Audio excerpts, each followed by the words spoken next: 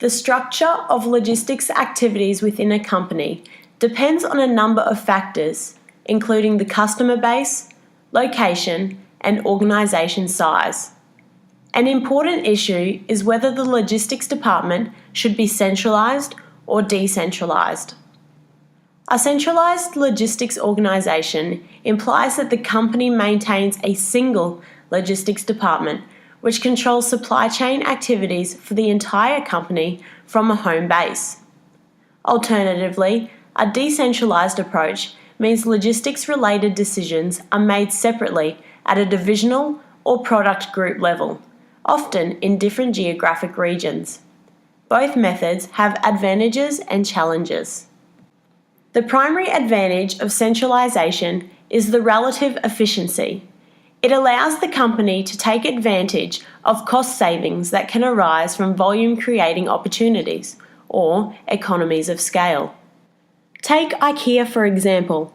While they began with a decentralised approach, they have morphed into a centralised organisation, a trend which is evident across many companies. Ikea's centralised planning of their supplier network, distribution centres, stores, and forwarders enables them to be more transparent, integrate supply chain systems, and standardise processes across the world. It enables production efficiency, since they have full control across the board. Ikea is a large global company with 280 stores, 30 distribution centres, and 1,400 suppliers. However, it has been said that a centralised logistics system may fail to respond to local conditions. While for Ikea, this move to centralisation created an efficiency they were previously lacking, for some companies, insufficient centralisation could lead to high costs and poor service, and deny them the ability to have the economies of scale or coordinated strategies that they need to win global customers and outperform rivals. Many global firms have decentralised operations because of geographic and time distance from the home base. Members of these supply chains make decisions based on their own interests, which can conflict with each other. This is a major challenge in creating efficiency within the network. However, this system allows companies like Johnson & Johnson to thrive and grow. Johnson & Johnson have overseas operations, including in Japan. Their success comes because the home base in the USA understands that it would be hard to run the company from the other side of the world, and that they wouldn't understand the market enough to do so. In Japan, Johnson & Johnson has local management running the companies because they understand the consumer. They understand the people they're dealing with within the supply chain, and they understand the needs of the marketplace, a crucial element in the company's success. Johnson & Johnson also have various product lines, from shampoo to Band-Aids.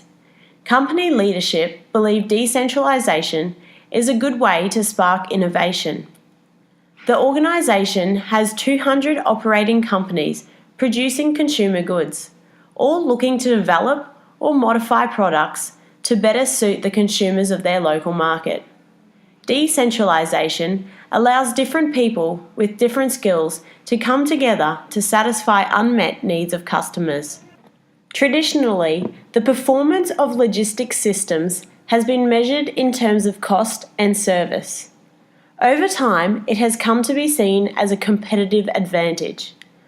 For centralised organisations like Ikea, this means creating efficiency by having a central planning division to optimise supply chain processes across all facets of the firm. On the other hand, companies like Johnson & Johnson benefit from a decentralised approach, since it enables them to cater to specific locations and have different divisions specialising in certain products or services. There are always arguments about which organisational structure is the most efficient solution, and the dilemma of choosing between centralisation and decentralisation remains for many companies. But the best method depends on the company itself, its overall goals, and the type of business it is. Logistics organisation is not a one-size-fits-all issue, and companies must do what works for them.